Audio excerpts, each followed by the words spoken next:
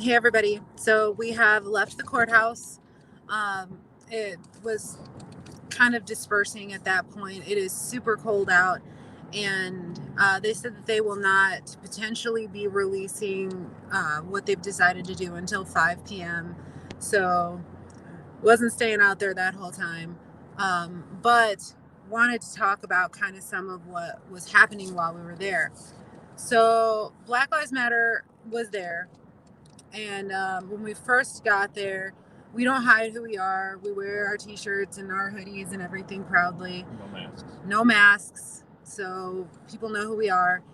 And they were a little hostile at first until Clyde, who's the president of Lake County BLM, we've been at multiple protests together. He came up and he was like, no, they're legit. You know, they're not here to start problems.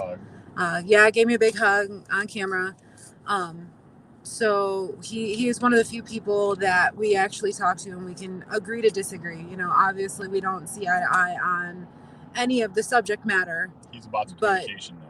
But we can at least talk about it and say, hey, look, we're here just to support our causes and we can do that without violence. So we never had any issue with him.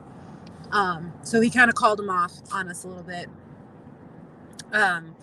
One of the things though that came up in discussion, and James was the one who really went in on it, and he's absolutely right. So he's here.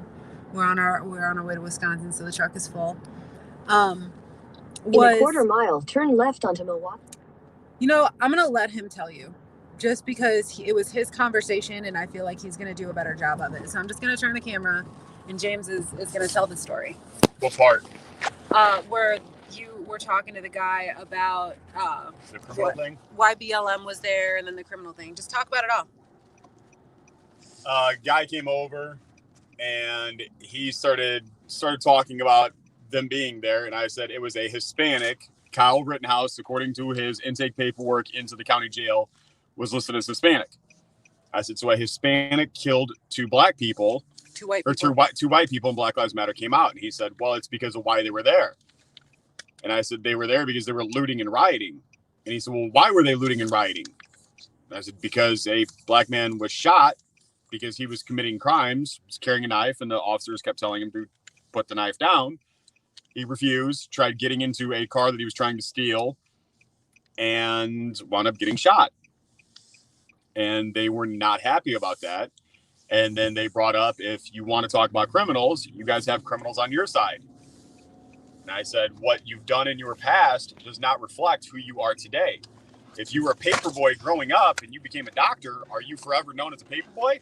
No, you're now Dr. Whoever. They said, well, some of the people on your guys' side have current criminal cases going on. I said, that's fine. That is your own decision. That's not a cop. A cop did not come to you and arrest you for no reason. You made a bad decision. You did something wrong. The cop arrested you, and you are then going to court for it, fighting it, changing your life. And there are people that will go through getting arrested, the entire process, and come back and say they're thankful that it happened because it made them change their lives. Like if they not been arrested for it and just kept going down that path, it would have ended worse.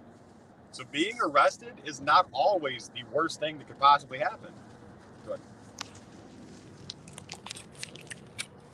Okay, so having that conversation actually chilled out a lot of the protesters that were there too, because it's sound logic. Well, and when you're dealing with somebody that's 6'3", 245 and intelligent, you're not going to fight me and you're not going to debate me. So that helped some too.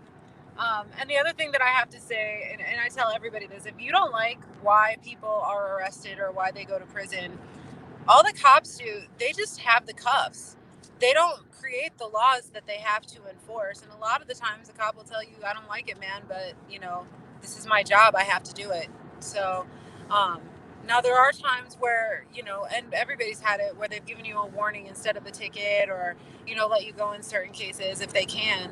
But there's other cases where they don't have a choice. They, you know, they're putting their own jobs and their own lives at risk, you know, if they don't arrest people. So if you want to change things when it comes to what police are arresting you for, what people are going to prison for, Attacking cops doesn't do that. You have to go and you have to fight for the legislation to be repealed. So you got to go to the legislators. You have to go to judges and states' attorneys that, create this system that ultimately puts people in prison. So, hey, Kamala Harris. But anyway, so we left the courthouse because they said they're not going to be able to tell us anything really until about 5 o'clock anyway. And it's really cold out. But all in all, I don't think that it was a bad situation. It could have been a lot worse. And actually, the one worst of the situation was a guy that was there protesting against police, called a woman up, and they attacked him. And he was actually on their side. Go ahead and tell them the full story there. Yeah, there was some guy there that he called a lady the B word because she was kind of, yeah. But either way, he said it out loud and it pissed everybody off. And he's like, I'm running for state senate. I have no clue who this guy was, but he was probably the only one that really caused a problem. But okay, so what has really, really got me about this today, though, what actually upset me even before we got there is I was getting messages from people saying, hey, there's supposed to be riots, there's supposed to be this, the militia isn't coming out, people aren't coming out, they won't show up because the police are saying it's going to get really bad and this and this and that and that. Okay, today was my last straw with that shit because I've heard that so many different times, people not coming out to support causes because they're like, oh my God, BLM, oh my God, Antifa. Half the time they don't even show up, and if they do, it's little groups like this. If I and James, 3 people can come and stand and make a difference, so can you. Don't be scared. Stop letting people, they're not scared. BLM and Antifa will go out anywhere and everywhere they want to. Nobody does anything about it. Nobody says anything. Nobody stops them. They're not scared of us. Don't be scared. If there's an event going on, if there's something that you need to stand up for, go stand up for it. We have to start doing this. We are not descended of fearful men and women. We are descended of people who either came here and fought for their freedom, or they fought to get here to the freedom that was fought for. Okay? Stop doing it. Stop letting people scare you into not coming out and being a patriot or using your voice and saying what needs to be said and standing up for what is right. Please stop doing that. I'm like, we'll stand alone as many times as we need to, but God bless it. It would be nice if all of the fucking keyboard warriors out there would come out too. We want to see you. Wear your mask if you don't want people to see your face. It's cool. We're already doxxed, so it really doesn't matter for us. But come out. Use your voice. Make the difference. I mean, I'm all about the meme, and I am all about using social media to get your message across. But if you have an opportunity to stand with people, to hold their hand, to raise your voice, to fly your flag, you should do it. Okay, we're back on the road. So I'm going to head off here. Thank you, everybody, and I will be live and later once we get to Wisconsin.